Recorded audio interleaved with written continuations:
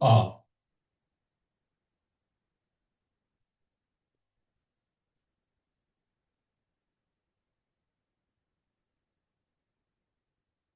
아, 네.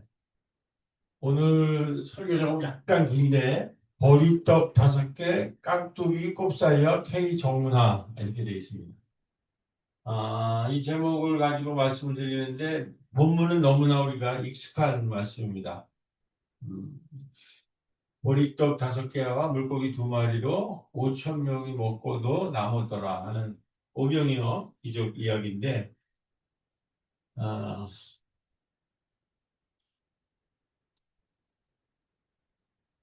약간 됐는데,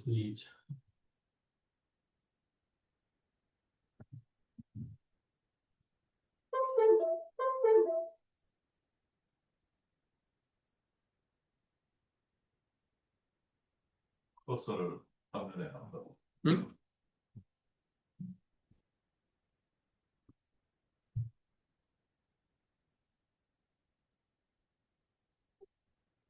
네. 네.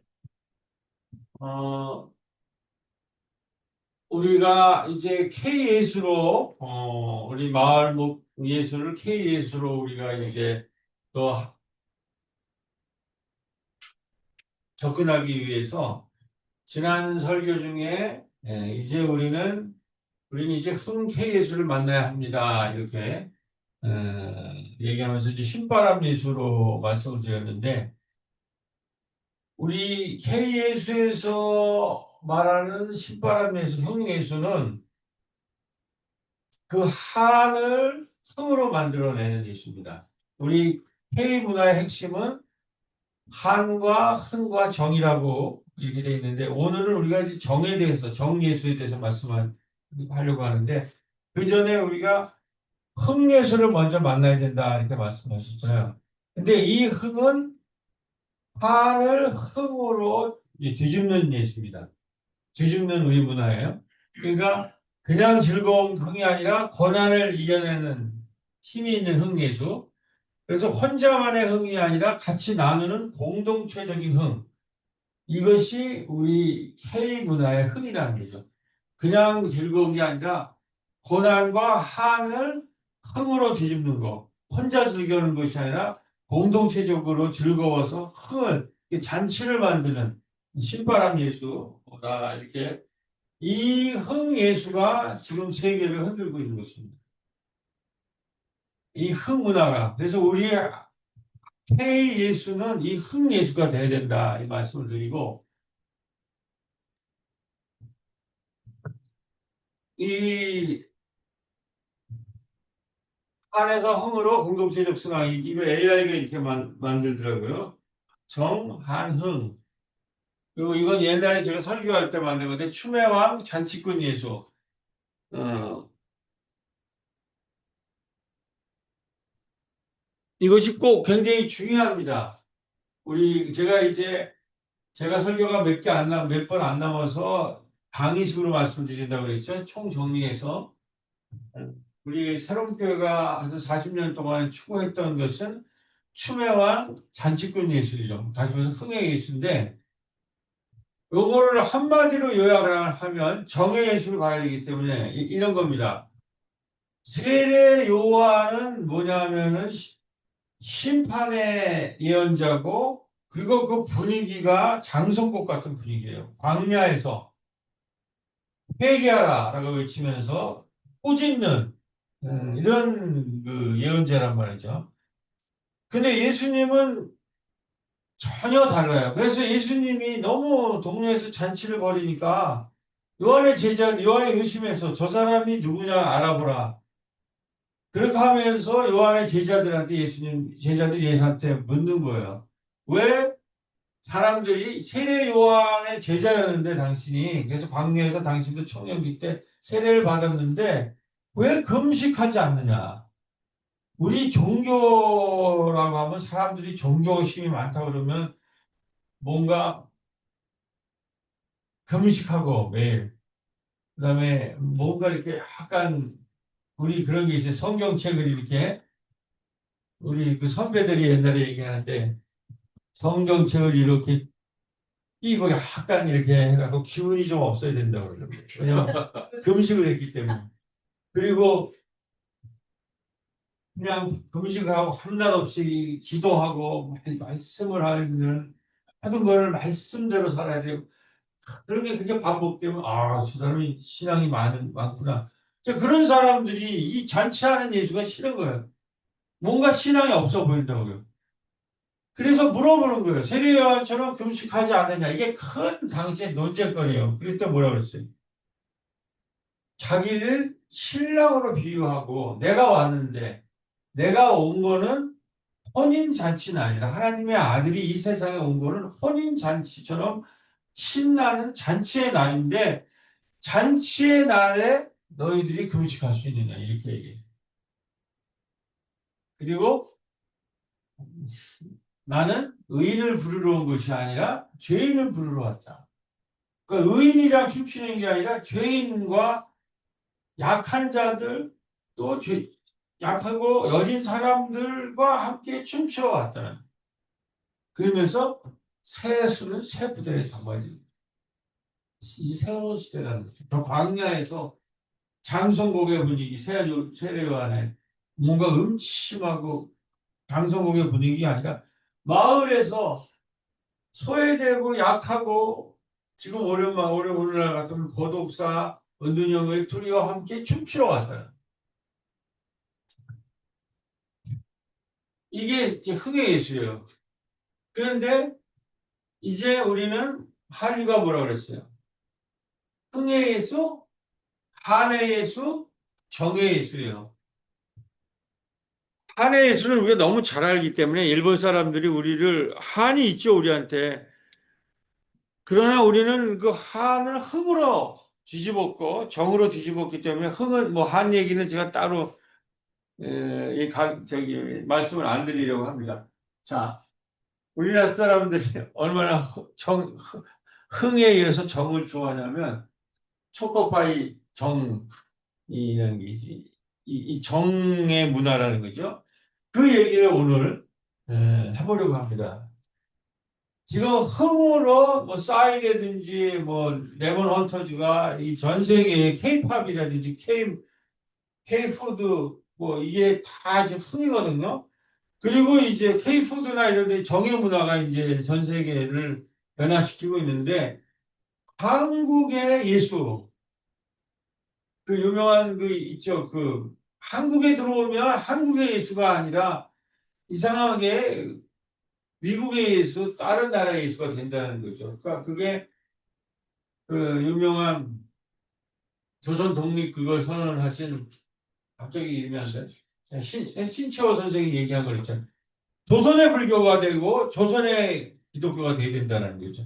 그래서 정의 예수인데 이게 또 이래. 아까 어떻게 했어요? 무슨 또안 내려고. 그래서 멋있게 해보려고 그러는데 이 계속 말씀을 부르네. 네. 뭐가 문제가 있는 게? 아, 마우스 커서가 이 화면에 한번 찍혀야 됩니다. 이게 마우스 커서가 벗어나면 요게 클릭이 안 돼요. 하여튼 그 저쪽으로 좀 옮겨주시죠. 거기서 좀 서빙을 해야 되겠네. 네. 오케이. 옛날에 이제 권사님이 이거 하느라 굉장히 번역을 했는데 이거를 그냥 닫아도 되지 않나요? 창만 이렇게. 하여튼 예. 자, 오늘 그럼 법무가 연결시키겠습니다. 요병이어의 기적은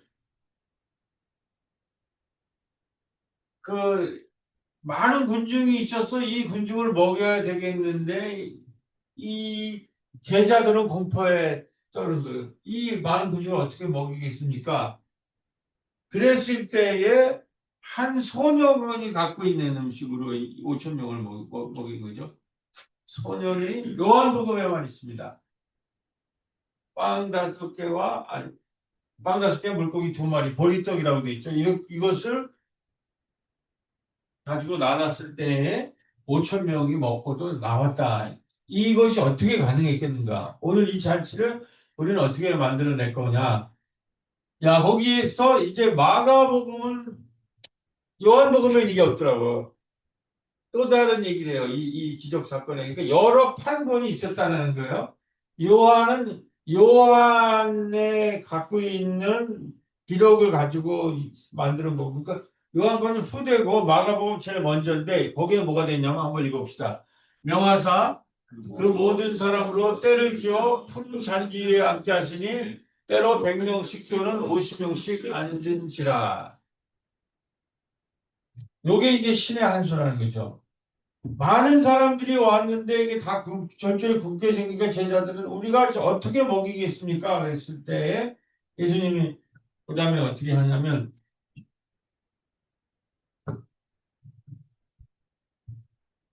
잔디밭에 앉게 하시는 거예요. 그리고 나서 작은 떡과 물고기를 축복한 뒤에 나누어 주셨다라는 거예요. 그러니까 이 핵심은 5천 명을 먹이는 것은 앉게 하고 축사를 하신 후 원하는 대로 주시고 남은 것을 거두는 거예요. 그러니까 우리가 5천 명이라는 압도적인 숫자를 어떻게 먹일 거냐 할 때 그 많은 숫자에 압도되는 게 아니라 그것을 100명씩 50 공동체로 잘게 나누는 거예요. 그런데 그 잘게 나눈 한 공동체에서 소년 하나를 일으켜 가지고 빵 5개와 물고기 2마리로 그 한 공동체를 먹이면 하나가 5천에서 모범을 보이잖아요. 아까 권사님 기도에도 우리가 모범을 보인다고 그랬는데 작은 교회가 하나가 작은 것 하나가 모범을 보이면 거기서 이제 작은 교회 작은 데 하나가 다 같이 먹는 성공을 하잖아요. 그러면 이게 번지게 돼 있어요. 그래서 급속도로 50개 공동체가 조그마한 것이 하나씩이 2개가 되고 3개가 되고 그래서 우리 티핑 포인트에 보면은 전체에서 10%가 움직이면 이게 100%로 그게 티핑 포인트에 확 번진다는 거예요. 그러니까 처음 10%만 작은 움직임이 시작이 되면 그것이 조금 후에는 모두가 다 움직이게 된대요. 처음에 10명을 100명을 움직이려면 처음에 10명을 움직여야 돼요. 우리가 지금 자산화를 하는데 3억을 만약에 모금해야 된다. 그럼 10%. 그러면 얼마야? 3천만? 3천을 3억을 모으기 힘들잖아요. 그러니까 3천만 원을 누군가가 시작을 하면 모으기 시작하면 그 다음부터 3억까지 갈 수 있다. 예를 들면 이 5천 명을 100개씩 열 공동체로 나누는 것이 이게 신의 한 수라는 거예요. 그러니까 우리가 운동할 때도 큰 목표가 있잖아요. 근데 우리 뇌과학에 보면 큰 거는 우리 뇌가 이렇게 거부한다. 그게. 저걸 내가 언제 이뤄? 그러면 그 목표를 잘게 잘라야 된다는 거예요. 그래서 내가 할 수 있는 만큼. 그래서 내 뇌가 내가 할 수 있어를 이렇게 받아들일 만큼으로 잘라서 예를 들면 그 하나, 둘, 셋 해서 100개의 목표가 있으면 10개를 실현하기 시작하면 그 다음은 티핑 포인트. 이게 이제 새로운 국면으로 넘어간다는 거예요. 근데 그 처음 국면이 뭐예요? 가장 약하고 작은 사람을 집어서 그 아이의 걸 가지고 축복을 했을 때에 공동체 전체. 그러니까 여기에서 가장 작고 약한 사람 하나가 움직여주는 거. 우리가 작고 약한 사람은 별 공동체에서 의미가 없다고 보잖아요. 그래서 뭐예요? 작고 약한 것들을 어떻게 힘센 사람이 차별, 배제, 혐오하는 거 아니에요. 근데 예수님 반대였고 가장 작고 약한 사람의 어린아이의 빵 5개, 물고기 2마리를 축복하고 축사했을 때, 그래서 한 공동체가 다 먹고 마셨을 때, 이 놀라운 속도로 해서 5천 명이 먹고도 이거는 수사겠죠. 열두 왕주가 남았다라는 이런 걸 뭐 우리 이게 이제 문학을 좀 알아야 되는 거죠. 뭐 비유, 은유 이제 이렇게 해서 이 문학적으로 우리의 이제 신금을 울리는 거예요. 자, 그럼 이 전체 흐름은 이해했어요. 전체 흐름. 이 K 문화랑 어떻게 연결되느냐? 우리 술래잡기 이게 전 세계로 지금 오징어 게임이라는 것이 전 세계를 석권했잖아요. 공기놀이, 비석치기 이런 게 있는데 오늘 우리가 좀 익숙한 거 제가 K 정문화의 핵심을 깍두기와 꼽사리로 잡아봤어요. 꼽사리는 우리가 너무 익숙하죠. 제가 이걸 치니까 인터넷에도 우리 얘기가 나오더라고요. 꼽사리와 원자 얘기가. 자, 그러면 이 K의 공동체를 움직이는 가장 작은 자, 가장 약한 자를 들어서 쓰시고 축복했을 때 어떻게 공동체 전체를 움직였는가? 그게 이미 한국 문화 안에 있다는 거예요. 깍두기가 뭐예요? 지금은 우리 시대에 지금 가장 큰 문제는 승자 독식이죠. 힘센 놈이 다 가져가는 거예요. 그러니까 약한 자, 작은 자들이 기회가 없어요. 그렇기 때문에 지금 문제의 핵심은 다 가져가서 양극화와 불평등이 우리나라뿐만 아니라 전 세계의 문제예요. 미국은 그 테크 자본애들이 거의 다 가져가고 나머지 사람들은 10% 가지고 90%가 나눠 먹는 이런. 그러니까 노숙자가 저 부자 나라인데 다 가져가는 거예요. 10% 가지고 90%가 먹고 사니까 노숙자가 넘기고 마약하는 사람이 넘치는 거예요. 겉으로는 잘 살죠. 그래서 이게 승자가 다 가져가는 건데 우리 어렸을 때를 생각해보세요. 깍두기가 뭐냐. 저도 어렸을 때 우리 집은 공부에 필요한 것만 사주지 뭐 축구공, 놀이 이런 거는 우리 부모들 절대 축구공 하나를 안 사줬어 보니까 내가. 그러니까 늘 축구하면은 그러니까 당대에 축구공을 갖고 있는 애가 권력자예요. 축구공이 우리 없잖아. 그럼 배를 중심으로 이제 놀이가 편성이 되고 없는 놈은 이제 언제 껴줄까 이러고 있는데 늘 그 저 동네에 있는 이제 그 형들이 다 자기들끼리 편을 하고 다 편을 이렇게 해서 갈라놓고 하는데 못 끼는 거예요. 축구공이 없고 이제 어리니까. 근데 그 마지막 순간에 어떤 형이 야 지금 여기 못 끼는 애들을 저 깍두기를 해주자 그래가지고 어린애 잘 못 노는 애 이런 애들을 깍두기로 다 깍두기를 끼워줬다는 거예요. 그래서 약자들 어린아이들 힘없는 애들 가난한 애들이 다 그 놀이에 참여할 수 있었다는 거예요. 그러니까 지금 내가 이 설교를 준비하면서 그 형이 어떻게 그런 생각을 할 수 있었느냐. 그 동네 형이 그 어린 역할을 하는 거예요. 이거 여기서 못 끼는 애들을 껴주자. 그런데 그걸 다 하더라고. 그거는 그 형 혼자 한 게 아니라 우리의 문화로 아시죠? 깍두기라는 거 아시죠? 여성들도 그렇게 하는지 모르겠네. 깍두기. 원장님 어떻게 깍두기로 끼워서 놀이에 참여해 보신 경험 있으세요? 그랬던 것 같아요. 깍두기 그때 있었던 것 같은데요. 지금 어떻게 밑에 세대도 이런 놀이를 하는지 모르겠어요. 이게 무시무시한 얘기예요. K문화의 이 어마어마한 공동체 힘이라는 거죠. 요거랑 조금 달라요. 꼽사리는. 꼽사리 사례는 뭐 약대도 우리의 사례죠. 꼽사리 영화제는 어떻게 시작됐냐면 우리가 뭐 우리 권사님 기도에 나왔지만 마을 활동을 잘하니까 감리교회 우리 타교사네 마을에서 아이들과 영화를 찍는 그 목사님이 전수구 목사처럼 그 여기 마을 목회 강의를 많이 했잖아요. 그죠? 그때 참여를 했어요. 젊은 이 목사님이. 그러더니 어느 날 저를 찾아오더니 목사님 제가 요 부천의 어느 동네인데 내가 이름을 까먹었는데 거기에서 청소년들과 영화를 찍는데 자기 동네에서는 영화제를 하고 싶은데 마을 공동체 전체를 움직일 수 없어서 약대동에서 꼽사리를 껴서 영화제를 하면 어떻겠습니까? 그렇게 그 친구가 그 목사님이 제안을 한 거예요. 청소년 사역하는. 그럴 때 이제 오상 선생님한테 물어봤죠.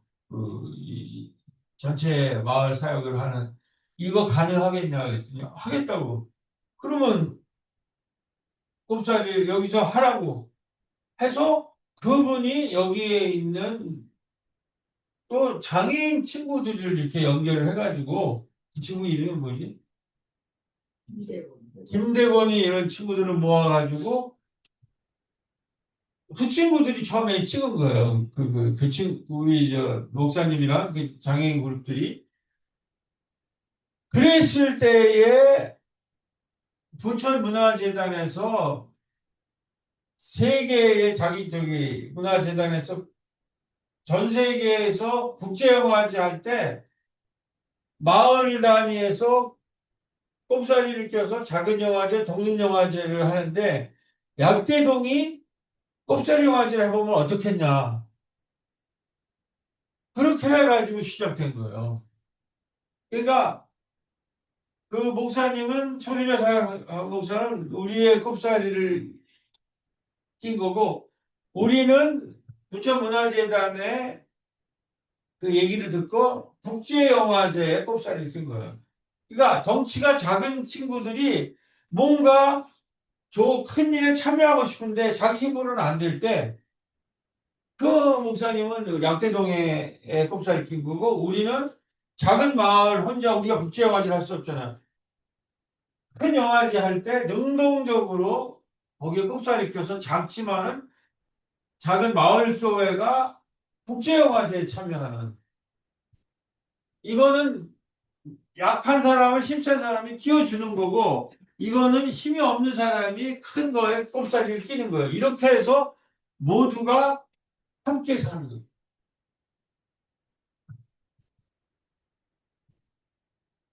그런데 이 얘기를 제가 돌렸더니 AI가 그래요.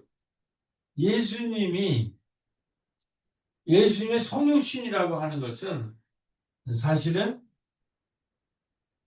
가장 높은 하늘의 영광을 버리고 인간의 재료로 내려오신 권리를 주장하지 않고 종의 모습으로 인간이 되셔서 스스로가 깍깍두리가 되어서 개입한 사건이다 이렇게 해서.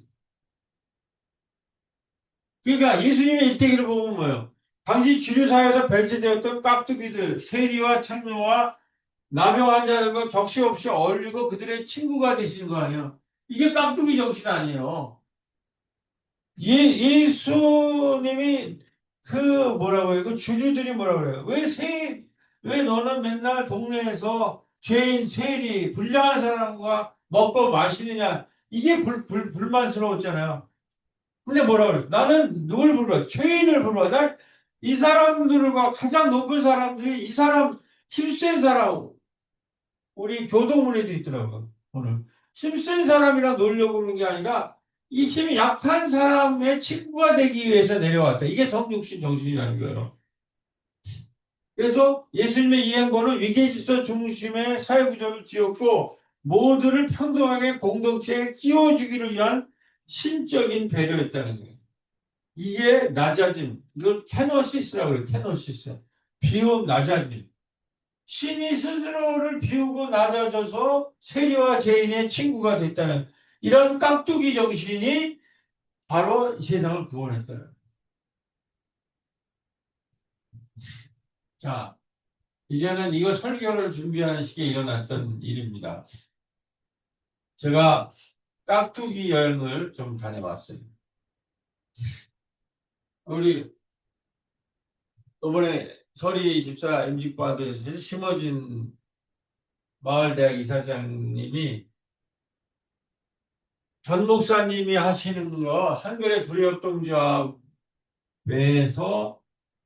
채비 교육을 받았어요.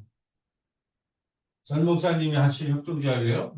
그래서 교육받고 이 채비 자격증을 얻고 아마 전 목사님이 파송을 하신 것 같아. 강사로. 이 진안에, 채비 플래너로 진안 평촌마을에 교육 강사로 초대되어 가지고 가는데, 심어진 우리 이사장님이 그러시더라고. 아, 제가 거기 가게 됐습니다. 그래서 이제 막 좋아하고 그래서 꿈에 이제 부풀어서 이제 얘기를 하는 중. 근데 진안이라고 상당히 먼 곳에 가는데 어떻게 가야 될지 모르겠다 뭐 그런 얘기가 나와서 제가 이제 지방 가기는 많이 다녔잖아요. 그래서 제 노하우를 하나 알려드렸죠. 지방 강의 갈 때 평소에 우리가 여행을 못 다니니까 하루 먼저 떠나서 자연 휴양림에 가서 하루 자고 처음 가는 거야. 장소를 못 찾으니까 넉넉한 곳에서 하루 먼저 자고 그리고 그다음 이 자연 휴양림이 웬만한 데 한 30분이면 다 있어요. 거기 안에 휴양림들이 찾아보면 그러고 아침에 일어나서 천천히 가라. 근데 그 자연 휴양림 그러면 우리 옛날에 뭐 외국 영화 보면 외국 사람들이나 휴양림 같이 예? 이런 좋은 자연에서 그럴 기회가 없잖아요. 근데 5만 원뿐이 안 해요. 제가 지방 강의를 들어가면 왜 그랬냐면 그날 당일 나가면 늦어가지고 강사가 늦어가지고 그 가는 그 피가 마르는 정말. 그러니까 일찍 가는 게 초보들은 일찍 가서 하루 좀 이런 데 쉬고 근데 이게 5만 원뿐이 안 한단 말이에요. 그 이런 노하우를 알려 줬더니 전화가 왔어요. 4만 4천 원에 풀. 난 4만 4천 원에 구해본 적이 없는데. 그러면서 목사님 같이 가시죠. 그래. 자기 잘 모르니까 차도 필요하고. 제가 매 연초가 되면 꼭 신년 여행을 한 번씩 가거든요. 여기 가서 한 이틀씩 있으면서 한 해 계획. 원래 전 목사님이랑 한번 같이 한번 해보려고 그랬는데 워낙 바빠갖고 다음에 한번 합시다. 네. 그래서 여기에 있는 또 허영구 선생이라고 이제 이 셋이 초대해가지고 같이 이제 할 얘기도 있고 그래서 전날 이제 수련회를 한 거죠. 하고 아침에 이게 35만 평이더라고. 그래서 우리가 산림청을 찬양하고 왔어요. 스위스요. 야, 근데 이게 용담호수라는 게 용담호수. 여기서 아침 산보를 저녁에 회의를 하고 4만 5천 원 들여서 그다음에 산보를 하고 이제 그 도달했는데 공곡 막 갔는데 뭐냐면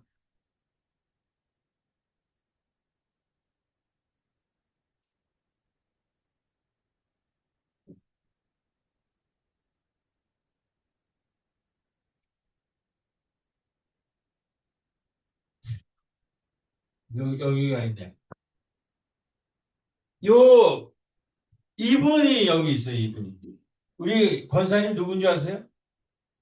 안 보여요. 안 보이구나.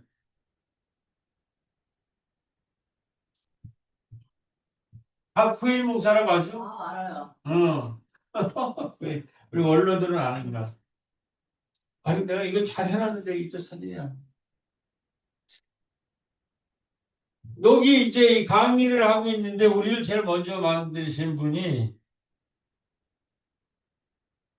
박후인 목사님이 여기서 채비 강연을 하는 이 박후인 목사대 간 거예요. 여기 평촌 마을에 이 마을회관에 박구인 목사님이 계시더라고요.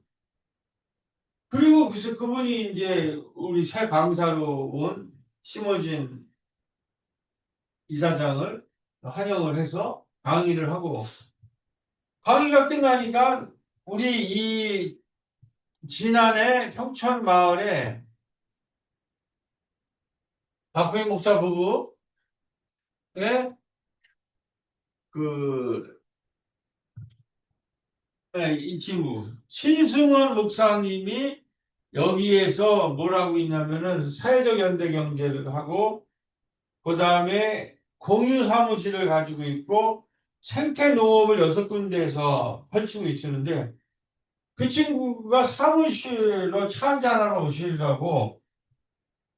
그러니까 점심을 그 평촌 마을의 그 마을회관에서 호박죽으로 먹으러 오라고 그래서 우리 점심값이 아니고 점심 얻어 먹고 강의하고 이제 제가 차를 끌고 간 거죠. 이 친구네 사무실에 가서 여기 회의하는 모습이 여기 이제 회의하는데 한결에 여기 이수만. 이수만이세요? 이분이 와가지고 같이 이제 우리 후배고 그다음에 사회적 연대경제에 지난해 있는 사람도 초대해서 그 얘기를 신나게 하는데 이분이 끝까지 남아 있는 거예요. 끝까지 남아가지고 맨 마지막에 어디를 갔냐면 박후임 목사님이 20년 전에 지난으로 내려갔거든요. 근데 아주 굉장히 재밌는 에피소드가 있어요. 이 20년 전에 박후임 목사님이 40대에 자기보다 12살 어린 사람이랑 결혼을 해가지고 내려간 거고 20년 동안 잘 안 보여요. 이 농촌에만 파묻혀서. 그래서 그때 우리 큰 뉴스예요. 우리 또 선우나 여성 목사도 있는데 그분도 자기보다 8살 아래랑 결혼해가지고 그래서 우리가 우리 교회 언어로 능력의 여정이라고 불러. 근데 나가 20년 만에 만난 거예요, 여기서. 근데 같이 늙어가더라고. 거기 그 목사님. 여기 한신대 나오고 여기 장신대 나오고. 근데 20년 동안 한 거를 보여주는데 행복한 마을 학교. 오늘 장신이 하면서 이 폐교를 해가지고 이 폐체비도 하고 완전히 우리가 지금 하는 건데 농촌이가 훨씬 규모가 커요. 농촌에는 일꾼이 없고 프로젝트가 많이 들어와서 일가를 이루셨다고. 그러니까 이런 여기 뭐예요? 이거 잘 안 보이네. 여기 이제 마을 박물관이랑 노인학교 없고 바베트라고 이런 이게 무슨 제 책 이름이라고 그러더라고요. 이렇게 하고 여기는 또 그 시골에 내려온 어떤 교사 부부가 도서관을 만들고 그러니까 약대동이 여기 우리만 있는 게 아니라 농촌 전체를 커버하는 20년 동안 이 공동체를 만들어서 서로한테 다 보여주더라고. 20년 만에 만나서. 그러니까 이분이 옛날에 약대동에는 새롬이 있었고 여성들이 모여서 만든 교회가 세터교회가 있어요. 지역성교회 양대 300이었는데 거기에 담임 목사하다가 내려가서 20년 만에 이렇게 만나서 내가 이거는 제가 있는 일하는 예수회라고 있어요. 이렇게 마을 목회나 민중선교하는 이 카톡방에 그렇게 이걸 만든 이유가 이렇게 다 찍어갖고 올린 거예요. 제가 이걸 올리면서 이게 설교를 해야 되겠다. 어. 그리고 교인들한테도 전 목사님이 하시는 일이 바로 이 캡인데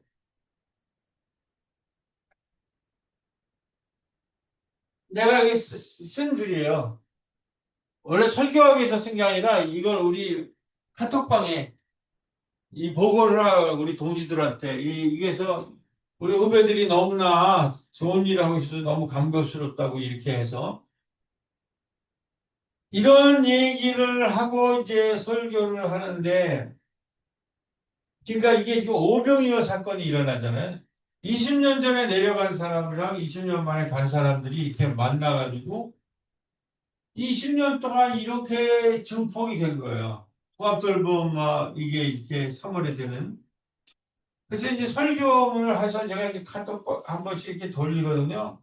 그림도 찾고 AI에. 그런데 어떤 사례를 또 제가 최근에 들었냐면 우리 교육하시는 선생님들을 만나는 모임이 있었는데 지금 이 학교는 가장 큰 문제가 학교 폭력 문제라고 그래요.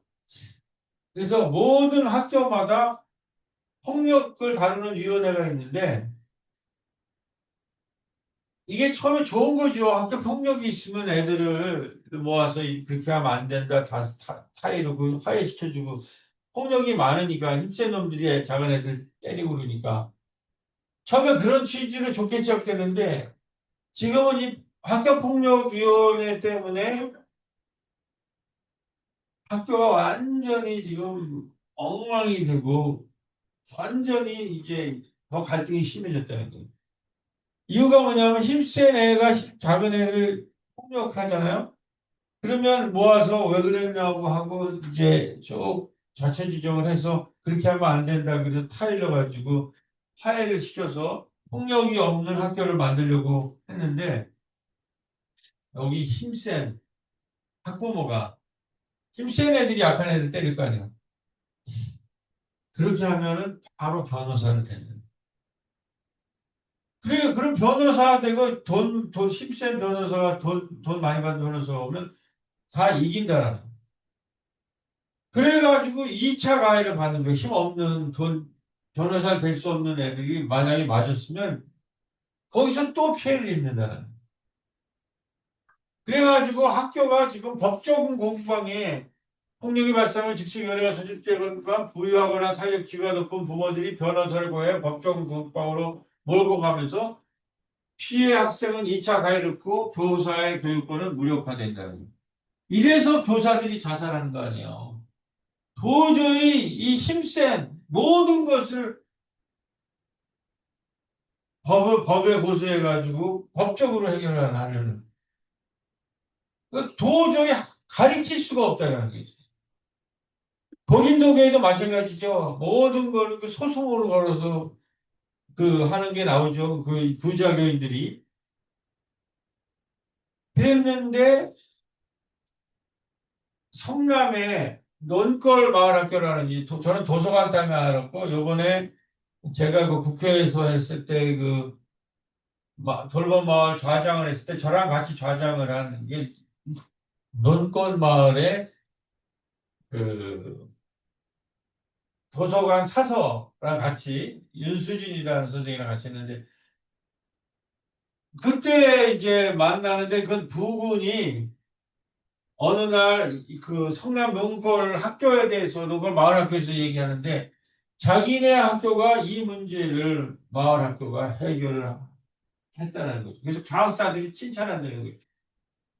모든 학교가 저 법적 논쟁에 휘말려 있는데 성남 이 농걸 마을 학교만 법적 논쟁이 없고 학교 폭력을 해결하는 학교가 됐다는 거예요. 왜 그러냐?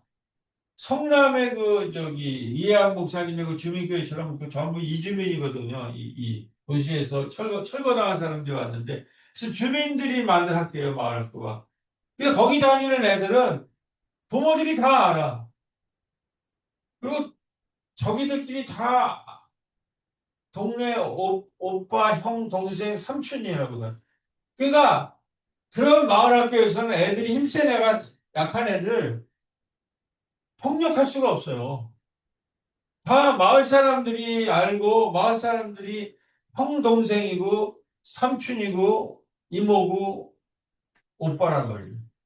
그래서 이 마을은 그리고 주민들이 만든 학교이기 때문에 전부 다 네트워크가 돼 있어가지고 이런 식의 힘으로 법으로 공동체를 다스릴 수가 없기 때문에 폭력의 제로 학교로 됐다는 거예요. 여기는 할머니를 잊어버리거나 또 아이를 잊어버리면 동네 마을 카톡이 하면 10분 만에 다 찾아낸다. 그 동네가 완전한 안전망의 역할을 한다는 거야. 모두가 알고 모두가 공동체이니까는.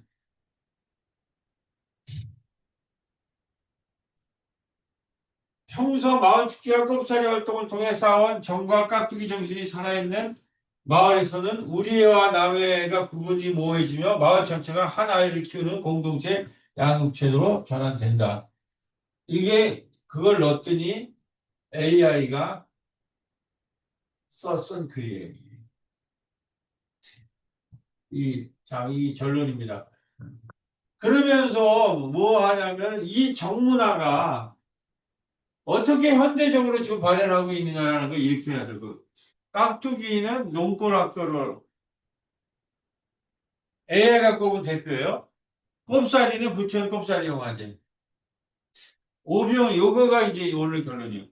오병이어는 광주 주먹밥 공동체가 우리가 광주에서 어려움을 당했을 때 동네 사람들이 전부 나눠 먹어가지고 또 광주를 지켰다고 알고 있잖아요. 영화제 잘 되고. 이 정예 공동체, 이 광주 주목각 공동체인데 광주가 대원군에서 고립되자 시민들은 밥이 부족한 상황에서도 사재기 대신 자기의 쌀을 가져와 솥을 보고 주먹각을 만들었습니다. 이게 이제 우리의 정문화 아니에요. 응? 근데 이게 24년 12월에 빛의혁명 때 어떻게 됐냐? 이 시기 동안 광장은 거대한 광장 마을. 나 이 표현이 너무 마음에 AI가 이런 말을 쓰더라고. 광장 마을로 진화됐다. 영화의 혹한 속에서도 시민들은 난방버스를 운영하고 핫팩과 커피, 오뎅 국물을 자발적으로 나누었다. 그러니까 마을의 작은 단위에서 꼽사리와 깍두기 정신이 이게 사회적으로 진화하고 집단적으로 진화하면 여기까지 온다는 거죠. 이 거대한 광장 마을로. 그래서 이걸 또 이렇게 분류하더라고. 생존 지원엔 난방버스, 핫팩, TCS 담요 제공, 식문화 제공, 커피, 오뎅, 국물, 빵 나눔. 기부 문화에는 무료 의료, 진료, 무료 법률 상담. 심리적 연대에는 빛의 호의, 다정한 서술자 연대, 고립된 개인을 광장의 주체로 여겨.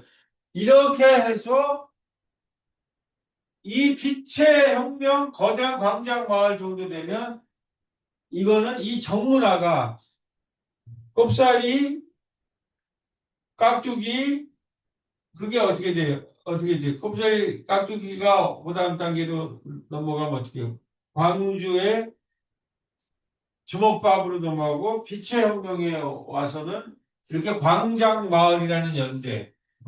이거는 지금 고립화되고 불평등과 양극화의 이 세계의 흐름에서 그래서 폭력화가 되는 것에서 K정으로 세계에 정말 빛을 제공할 수 있는 한국의 정문화의 이게 끝판왕이라는 거죠.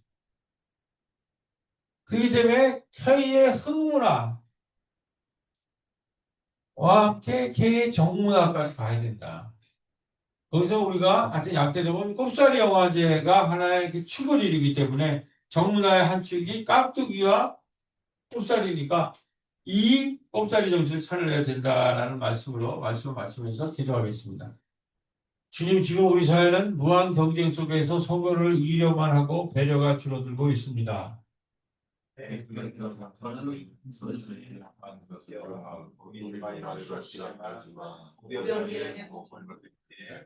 5천 명이 먹고도 12광주리가 남는 놀라운 경험을 하게 됩니다.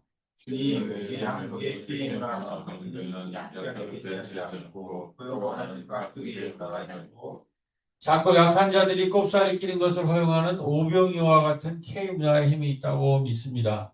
우리 나라의 문화는 2013년 사회와 이동하게 되고 우리가 일반 제와 대전이라는 걸 있습니다.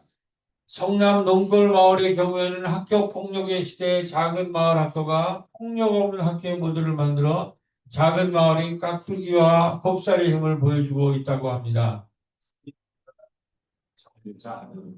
자리스라는 가스 쪽에서 난방한 버스가 비교할 사회적으로 전환하는 대중적인 가로 발전하는 거대한 방향에 알겠었음을 믿습니다. 주님, 오늘 우리 모두는 한국의 깍두기와 꼽사리 같은 K 정공동체 문화로 내가 가진 작은 것을 나눴을 때 그 빛이 모여 전 세계의 오병이어의 나눔 공동체를 접하는 강력한 문화적 대안이 될 수 있음을 믿습니다. 오늘도 우리는 약대동에서 마을로부터 더욱 약한 이웃을 포용하고 우리가 약할 때는 꼽사리의 용기로 마을 공동체에 참여하며 하나님 나라의 정문화를 이루어 나가려 하오니 우리 모두와 함께 하소서. 아멘. 예. 436장입니다. 아멘.